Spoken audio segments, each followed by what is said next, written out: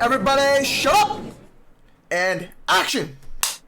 Whew! Alright, let's talk about Avatar The Last Airbender, the Netflix live action adaptation, the one we've been watching since February 22nd, and have a lot to talk about clearly since there's so much hate on TikTok on this show and a lot of positivity as well. So let's have our little spoiler-filled rant. Alright, so let's get started on the first topic we have for today, and that is, why make a goddamn live-action adaptation? Because, I mean, firstly, when anyone says, yo, you gotta check out Avatar, this show is perfect, it is beautiful, one of the greatest shows ever made. When you say that, the first thing you're gonna say to tell them to watch is the animated show. So in that case, if everyone's gonna watch an animated show and see the perfection it has there, why make a live action adaptation in general? And the answer to that is quite simple, because it would be really cool to see a real human do all those bending and stuff in just a live action scenario, because it's just cool. It would be entertaining for fans to watch just for fun. And I mean, all of us, like anyone who's grown up watching Avatar, has at a point in time kind of like acted out being Avatar Aang, acting out being Sokka, Zuko, Fire Lord Ozai, and just played around with their friends or on their own with their siblings or just on their own in general, acting out these characters, playing around, acting like you're a firebender, waterbender, earthbender, airbender, all four, lightning, lava, whatever. Like, we've all had that moment where, as a kid, where we played around acting as the benders and had fun bending around with nature, like water's hitting a wall, going, ha, I'm a waterbender! You're in the shower bending water, like, ooh, water's going down my body, I'm bending it, I'm controlling its direction, ooh! So yeah, we've had moments of being in love as if we're benders ourselves, and here is just our version of actually seeing us bend. Like, the 2010 adaptation was terrible, especially from the bending aspect. Here, we're actually seeing beautiful bending. The visuals in the show were gorgeous, and, like, seeing the bending around the cinematics, cinematic settings, and seeing the bending fights that they have, fire versus water, water versus air, whatever. It all looks absolutely sick, and it's everything we imagined bending would be in a live action scenario, and it was beautiful to see. But now the question lies when someone asks why make a live action adaptation, but not in reference just to as a fan production, but why make it if you're going to change the story? Like, if you're going to make a live action adaptation, why not make it a one-to-one with the animation? Because, like, the entire purpose of the live action adaptation is for fans' enjoyment. And if you're going to change the story, you're actually just appealing to a smaller audience, because there's very few people in this world who I feel like haven't seen Avatar The Last Airbender, and are, like, out of the people who've seen the show, majority of them have seen the animated show, and very few probably haven't. And I guess to the people who haven't seen the animated show, it might be like, oh, okay, it's a decent show. But to people who've seen the animated show, they're like, okay, this is cool, but look at all this, they've changed so much, and they're just going to rage at all the changes, because when you see something from a different media, you're obviously going to compare it to the original. People who've read the Harry Potter books might not particularly like the Harry Potter movies. I think the Harry Potter movies are perfection, and I've read the books and the movies. For me, it's because I don't really remember the stuff. I remember the books, but I don't really remember the details that don't get translated to the books, so I don't care too much. Same thing when it comes to manga, to anime. But, like, people who are heavily invested in manga, they don't like they don't like anime when it deviates from the manga in any way, shape, or form, or if they skip out on scenes that develop characters. And for me, that comes when I translate between movies to anime, anime to movies, shows, whatnot, because I get more invested into that stuff. So when you have a perfect animated show and you've changed so much of the characters, their lives, their just personality in general, it just feels like, wait. Why are you changing the entire story? Why are you changing the entire character? No one cares if you're trying to modernize it. No one wants a modern version. If you're creating the show all over again, make it a one-to-one adaptation where, if anything that you want to add, all you're doing is adding extra scenes. Like the scenes where they showed the Firebenders' attack on the air tribe. That was amazing. A little more scenes of character development, like when Arrow was in the jungle on his way to his encampment in the Earth Kingdom city that was in this show. That was another additional scene that was nice. Additional scenes of Aang in the spirit world with Gyatso, the scenes with Aang and Gyatso in general. All those extra scenes they added, they were beautiful and added so much to the characters and story. But why change the personalities of the characters? Like Sokka, his entire personality changed. Like, yeah, he's no longer sexist. I mean, his sexism was what develops his relationship with majority of the women he meets. His sexism is what leads them to finding Aang to begin with, and seeing his character development from the sexism standpoint is one of the key features of his character. And you're just taking all that away from him. That's like his biggest point of development. Then there's other character development changes, like Boomy, King Boomy. Like, he changed from this lovable friend to, like, oh, Aang, you failed your responsibility. I hate you now. You failed. Like, what? What? Anyone, like, if you try to watch live action from a completely neutral standpoint, not comparing it at all, it might be a new way of telling the story, and it might actually be pretty good. But, like, it is extremely difficult for anyone who's seen the animation not to compare it, like, unless you're like me with the books, where you only if it's book media to, whereas a certain type of media to another media where you can actually tell and not like differences in other media, you probably don't care. But for me, when it comes to animation to movies, it's like, and vice versa and all that, it's like, yo, if you're gonna create an adaptation, there's literally no reason. You have the easiest job. Just recreate that 1-to-1. Just recreate the scene, reshoot the scene. Maybe alter the lines a little so it might not sound as cringy. Because some things would translate just fine. Other lines just might come off a little cringy and like kill the show's vibe a little. So if you rewrite the lines, perfect. But like, don't cut out any scenes. Don't rewrite any scenes. Just like alter the wording per se. That's literally all you have to do for some scenes. Besides that, you have the easiest job. Maybe add a little extra on, but like that's it. You don't have to change the story. You don't have to touch the characters. I don't know why you would do that in general. And on top of that, I get Netflix has decided, oh yeah, let's do an 8-episode show. I forget how many episodes it was. I think it was 10 episodes. So yeah, Netflix invested like $120 million into creating 8 episodes, and because of that, they had to cut out a lot of scenes. Each episode is about an hour long, and to make sure they fit as much as they possibly could, all they did was look through the animated book 1 and be like, okay, this is a key scene, noted, and took down all the key scenes and just made it into a show. And yeah, it was nice from that standpoint, but like, it feels like they've skipped out on a lot of character development. Not just changing characters, like Sokka, they changed his entire sexism standpoint, and Boomy, they changed that.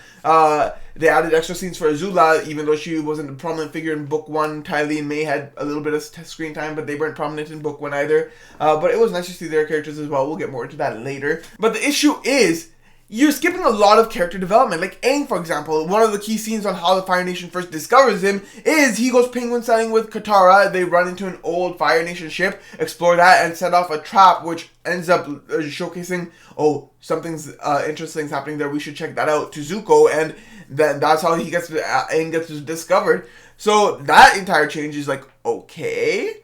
Another change I'm a little iffy about actually isn't really related to character development. It's like Katara's grand kind of reveals that Aang's the Avatar, and I mean it makes complete sense just in general entirely. If Airbenders have been wiped out for a century now, and another Water Tribe Avatar hasn't appeared yet, then it kind of just means that Aang, the Fire Nation is still searching for the Avatar, or I don't know if they know or not. I doubt they know. But like, if a Water Tribe Avatar hasn't appeared yet, it means there's an Airbender somewhere out there that is still the Avatar, hasn't died yet. So when you see an Airbender, it's right for you to assume that he is the Avatar. Oh my god. But like, I don't know why Grand would reveal that, because personally I was just hoping it would be the reveal from the animation where Aang is fighting Zuko when he attacks the Water Tribe and he reveals that he is the Avatar. I was just hoping for that because that was one of the coolest moments in the animation in the book 1, and I felt like that would have been a really sick scene here. So Katara's Grand kind of exposing that was kind of let down.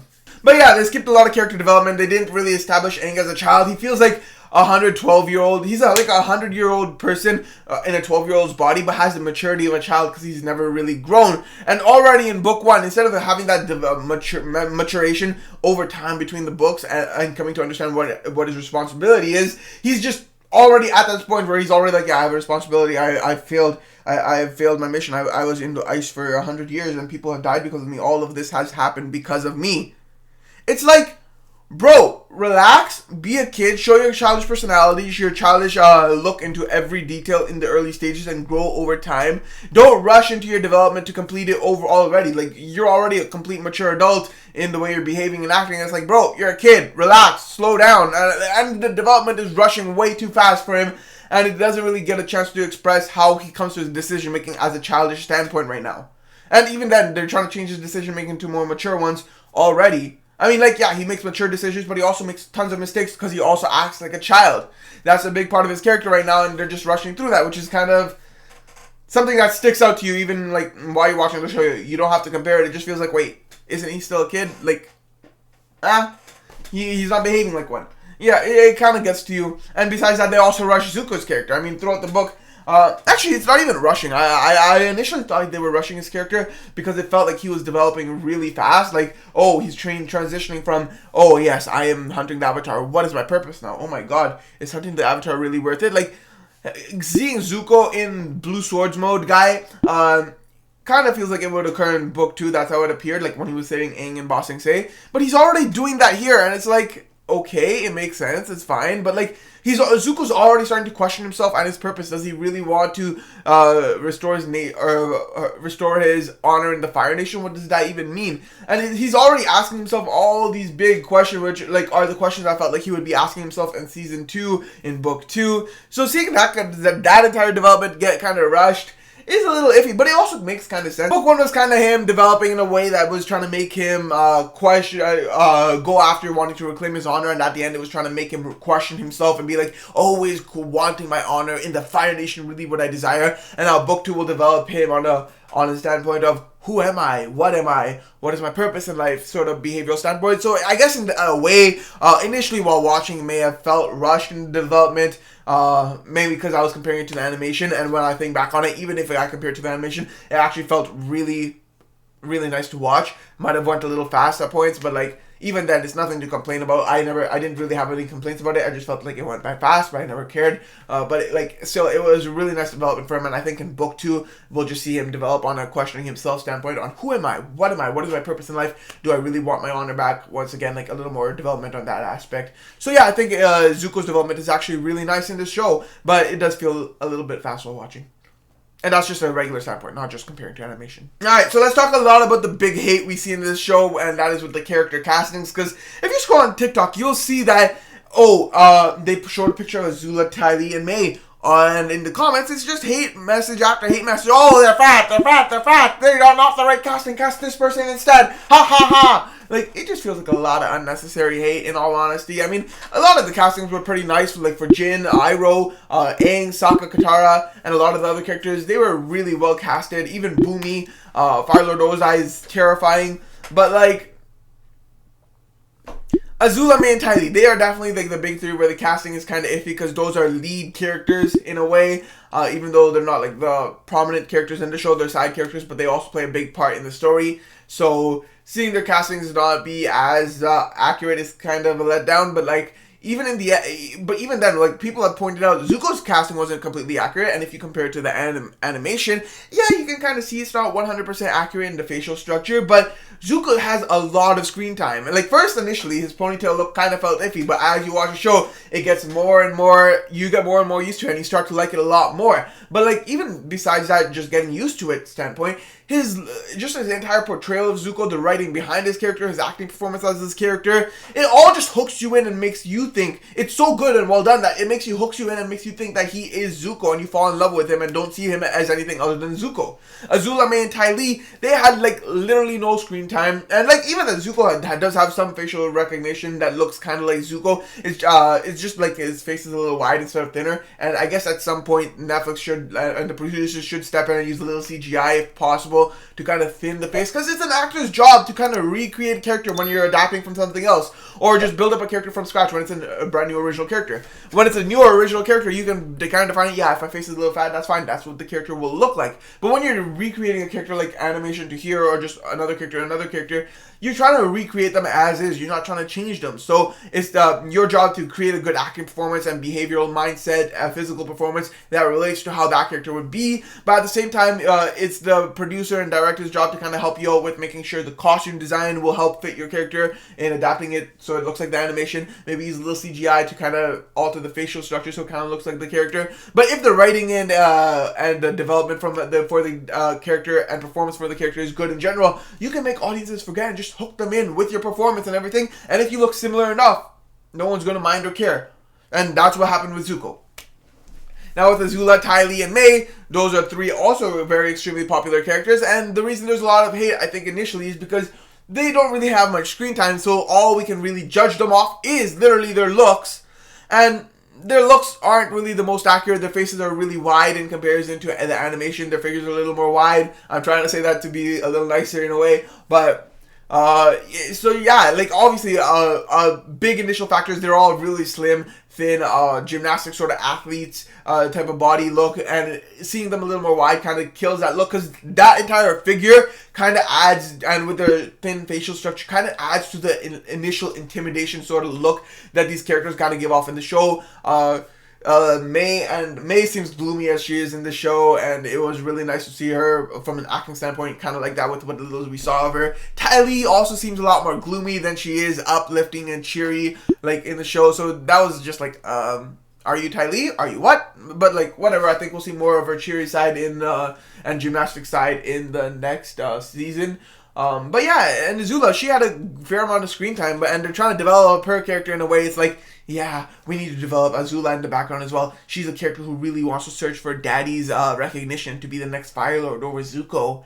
So it's just like a development like that where it's like, yo, you don't really need to show off Azula just yet. Maybe like at the end of the season. But like, I don't think she really needs that kind of development. It was nice to see her development and character development, and I think this way would be nice and a little more interesting look in her psyche and behind the scenes of what's going on in the Fire Nation while Aang's doing this to learn waterbending, and he never even learns waterbending in this book, which is kind of weird since the entire point of the book is to learn waterbending. Oh, so yeah, it's just a little more like, yeah, like her performance isn't crazy bad, but at the same time, I just don't think, I think she's just doing the best with the writing she's given, and the writing itself isn't too bad, but like, it's just not enough substance for us to be like, what happened with Zuko, where we just get hooked around the character. I just don't think she's had enough screen time to hook us around her, and as such, all people can judge them on is their looks. So I think these actors will have to put up with all these people just hating on them until season 2 comes out and they get a chance to prove themselves as the actors, and maybe, who knows, the producers at Netflix might bless them a little and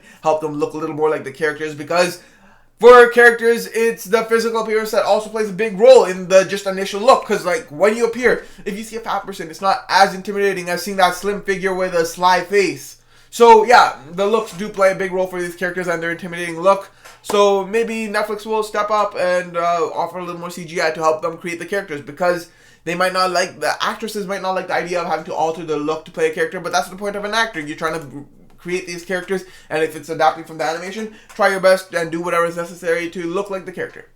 Yeah, that's my role, that's what I would do. But anyway, back to the point, the story. Yeah, Netflix has invested $120 million in 8 episodes. That is a lot of money.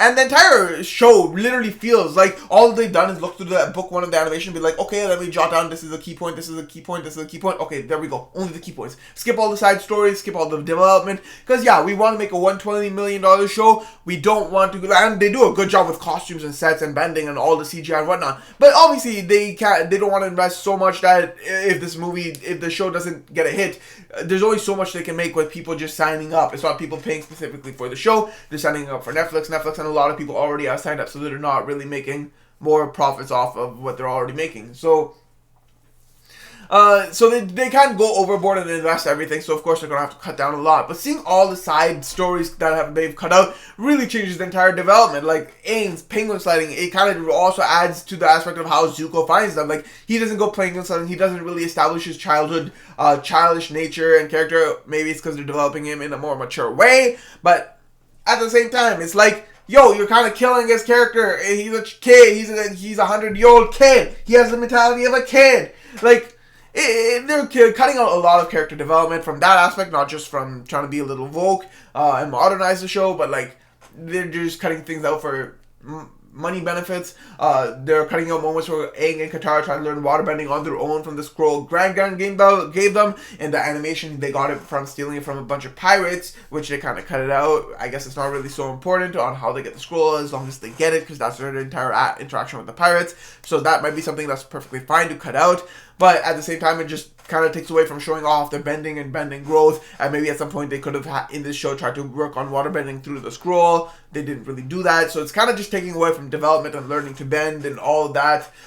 There are points they could cut, but like with the pirate thing, but like and alter it with Grand giving them the scroll. But I don't know, they're skipping on a little too much. They've cut out I think the stuff that shouldn't have been cut out. Yeah, and when I say stuff that shouldn't have been cut out, I mean like they don't have to copy it from the animation in the aspect of just Aang learning to literally bend water because he has to learn to bend water. Because if he doesn't learn bending water in book 2, it'll be like, when did he learn to bend water? Is he suddenly able to? It's not like he can just look at one scroll and suddenly bend. Like, I mean, he kind of does that, but like it takes like a moment's practice. Like he learns fast. Katara has her jealous moments and how fast Aang learns in reference to her. So yeah, just seeing the lack of development from the characters on that aspect is kind of, yeah, not it. Honestly, the show also low-key feels like with the $120 million budget, it kind of feels like when taking all those key noise, it's like how most of us do our assignments in school. It's like, yeah, we'll just put enough BS into our work so it looks good and the professor somehow gives us an A thinking it's amazing, but like at the same time, we know what we wrote is incomprehensible as hell to us, so we don't know how we got that mark, and that's what it feels like Netflix is doing. They're putting in just enough money to make the show look visually appealing and really nice with all the key points that people are more likely to remember, and the stuff people would likely forget, they kind of skimp out on, hoping they don't remember at all, and then get away with that and have people praise the show, wanting to buy Netflix and pay for Netflix so that Netflix can make money without having to invest too much so they can make big profits.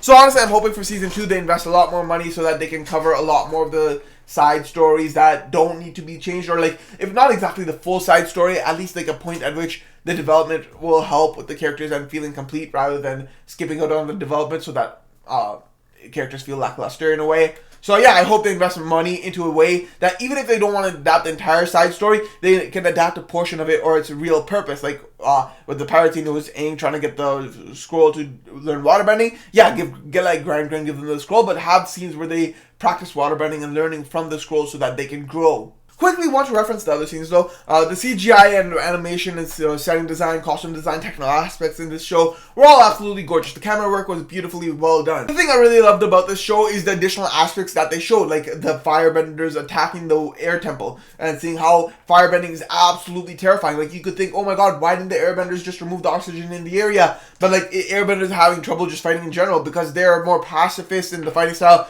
and just use their airbending in a more defensive style. And then on top of that, the firebenders are powered up from Sozon's comet passing by, and they're just wiping airbenders instead of holding them hostage. Like, boom, burn alive, boom. And it was absolutely terrifying. And the visuals around that were gorgeous, but absolutely terrifying, stunning you in terror. It was a wild scene. And seeing all the different scenes, like Aang and Gyatso having their moments multiple times throughout the show, getting you emotional through their entire relationship and bond.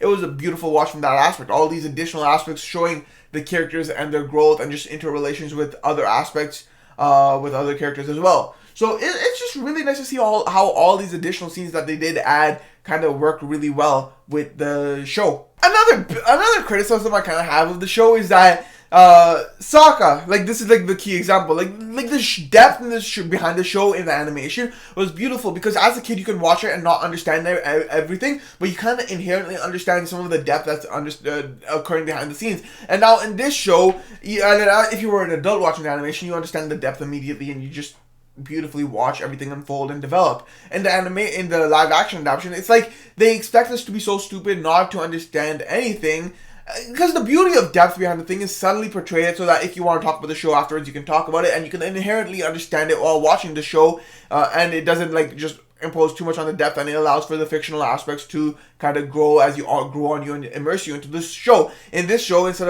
of being subtly developing in the back, they're kind of just pointing it out in every single way. How the girls fall in love with Sokka. I can completely relate with how you have to be here. Yeah, in my village, my father also left me to be a warrior when I was a child.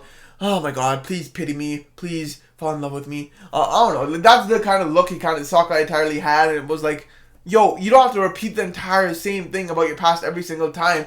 Change it up. And it's not just in a way, I'm not talking about hitting on girls or anything. I'm just saying in general, like every moment after moment, Sokka's always talking about, oh my god, this is my past. Yeah, my father left me to be a warrior of the village. He left me to be the warrior of the village. He left me to be the warrior of the village. And yeah, there are multiple points where it makes complete sense, because he's trying to relate with someone to help them understand his situation and show why their lives aren't so different, and that they can both be strong together. And it just develops their characters in different ways. But like, it feels like if there's any depth behind the show at all, they're kind of outright saying it, and they repeat it over and over in multiple aspects throughout the show, and it just starts getting really annoying at times. And it's like, bro, just slow it down, let it be subtle. Like, the way you're exposing it is just hurting the head. It's taking away from the scene. If I'm immersed, suddenly I'm unimmersed because of how much. Like, at times, if you're saying it once or twice, it's like, fine, I'm still in there, I'm still hooked, I'm understanding the story, and now you're just repeating it so many times, it just feels tiring and exhausting as hell. And yeah, another key thing about the show messing up is, like, the Avatar arrived in the Water Tribe, in the Northern Water Tribe. Instead of having, like, a day or two to kind of, work with the waterbenders, learn waterbending, he just straight goes into the war. They're like, yeah, we know, we've seen the ships, we're about to go under war with the Fire Nation. We need your help, Avatar. Like, once he came to learn waterbending, he has to spend time learning waterbending, and then the Team Avatar lets them know that, the Fire Nations are coming. Or even if they want water types to know, there has to be some time before the attack so that they can have time to teach Aang waterbending to help them out, instead of just already expecting him to know waterbending. And that's just me comparing it to the animation. From the way the show's been developing on its own, if I try to hold a neutral standpoint and look from there, it actually worked out really well, because the way the show's kind of trying to developing as this guy who neglected his responsibility, and he may be a kid, but he's a 112-year-old dude now, and now he's neglected his responsibility and is failing to uphold his responsibility as the Avatar. They're kind of looking down on the past Avatars, like Kyoshi and one of the Airbenders ones did an amazing. Yang Chen did really well as the Avatar, but the water dude, I forget his name, he neglected the world, but only Avatar Aang knows that he didn't neglect the real world. The other Avatars did such a good job protecting the real world. Instead of defaming her and like showing why he was a good Avatar, he just kept silent on defaming her and went to the spirit realm and took care of things there. And it's why he lost his loved one to Ko, the face stealer. So like, yeah, the responsibility of the Avatar is huge in this world, and it's a big part of the story. It's another responsibility story. But when Aang goes into the Northern Water Tribe, it's specifically seen because they're expecting the Avatar to come for help, and having known his bending and powers to aid him. And then Aang has to explain to them, I don't really know waterbending just yet. I was hoping you would teach me. And I can only airbend, but even then, the monks at the air temple only taught us to use it passively, defensively, not to hurt people. Because hurting people is wrong. So yeah, I guess like when you look at the show neutrally from a completely different standpoint, from someone who has never seen the animation, the show itself might actually be really good in this responsibility storytelling perfect style. So yeah, I guess with the smaller budget, they kind of have to change the storytelling, alter the story, but. Maybe create a brand new story inspired by Avatar, but like something maybe like similar to Avatar, but like completely different. So it's a completely different story unraveling. But don't alter something that's already so perfect and just recreate the story, because that kind of is going to get a lot of hate in general. And I don't know, it just feels weird because they changed the story so, the developmental aspects of the story so much for this. I feel like if I watched the live action before the animation, I would say the live action was really good. But like, it just genuinely feels weird because like I've loved animation, I've seen it so many times, and then seeing so many differences. It kind of hurts to see an Avatar live action, Last Airbender live action not be accurate, because when you're seeing a live action, you want it to be accurate to the animation. You don't want to see differences.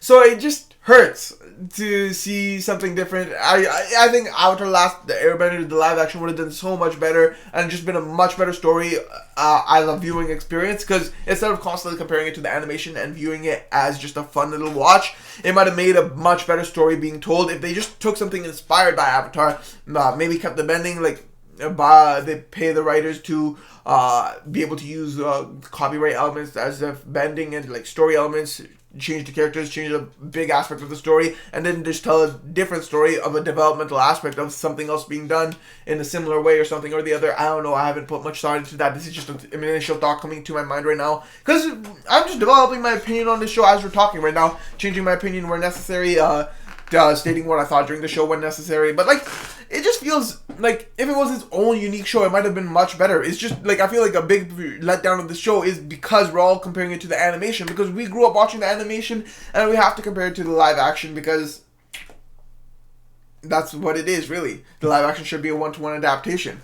And due to financial concerns and constraints, they had to cut out and change a lot of the story so that it feels like a complete, thorough story while keeping the same characters in development in some way. But have to change a lot so that, because they can't really feasibly do it all completely. And like I guess they didn't want to rush through his childhood development because they didn't have the budget for that or something, or they just didn't want to rewrite the show or something. But yeah, because they have to keep a lot of key elements, but I guess to keep those key elements, they have to change characters' development, and that's why they changed a lot. I guess that kind of makes sense, but it does feel like a huge letdown for people who love the animation. And once again, like, maybe a lot of people are watching this without comparing it to the animation because they would compare books to movies if they translate from books to movies, and when it comes to anime and to movies, they don't remember the stuff from the animation. People are different from that way. For me, I don't remember books to movies. That's why I think the Harry Potter movies are perfect as they are. They shouldn't make a brand new show. I'm not going to watch a new show because the movies as they are perfect. I love them. I'll rewatch them any day, anytime. And books, they were amazing. I'm just not going to read them again. Like, they were good. I'd just rather watch things than read things. I like to read things, but I'm just not going to reread the same things over and over again. I'll probably watch the same movie over and over again, though. I just like seeing things visually. I think it's just more appealing. Yeah, I like things. I just like seeing things visually. I just find it more appealing, and that's why I'm comparing the animation more so to live action. And I feel a lot of other people are. And if you view it from just a neutral standpoint of someone who has seen the live action version of the story for the first time with never having seen the animation, they might view the live action as a really good job, well done. And that's why I think the writers both did a good job and bad job, because from a neutral standpoint, it looks amazing, and I guess in a way it should be made like that. But if you're doing an adaptation, it should be made with reference to that, so that it doesn't feel like a letdown there. And I feel like the writers did a good job on that aspect, keeping all the key moments and very popular scenes and iconic scenes together in a way, telling the story while at the same time changing it for their financial concerns and to tell a different story so that people don't feel tired from the original story, I guess. But if you're making an adaptation, it should just be a one-to-one recreation, and that's just my opinion, I guess. Other people might have altering opinions and think this was the right way to do it. But yeah, I just don't like the developmental changes because it just feels so wrong. Because the characters are just so lovable, and seeing their characters change, personalities change, and everything, it just doesn't hit with you. It just doesn't feel good. So yeah, that's the thought on that, I guess. Overall, really, I guess that's all I really wanted to talk about. The character castings, the design, the rushing. I mean, there's just a lot of this show that was really beautiful to see, and a lot of it that was just off-putting. The more I talked about it with you guys right now, the more I'm starting to understand, yeah, maybe due to financial concerns, because I didn't even have that thought earlier, the financial concerns of not being able to adapt everything, we got to change the storytelling style, we got to change the character's development, maybe not due to wokeism, like we maybe remove Sokka's behavior because of wokeism, but like besides that, Boomy and Aang, they're developmental, and just change the story a little so it's not repeating the same thing and people can see something new. Oh yeah, change this because we can't do it because of financial concerns, we can't adapt every side story, and hey, if we get rid of the penguin sliding, we can change Aang's development into a more responsibility based, like Spider-Man.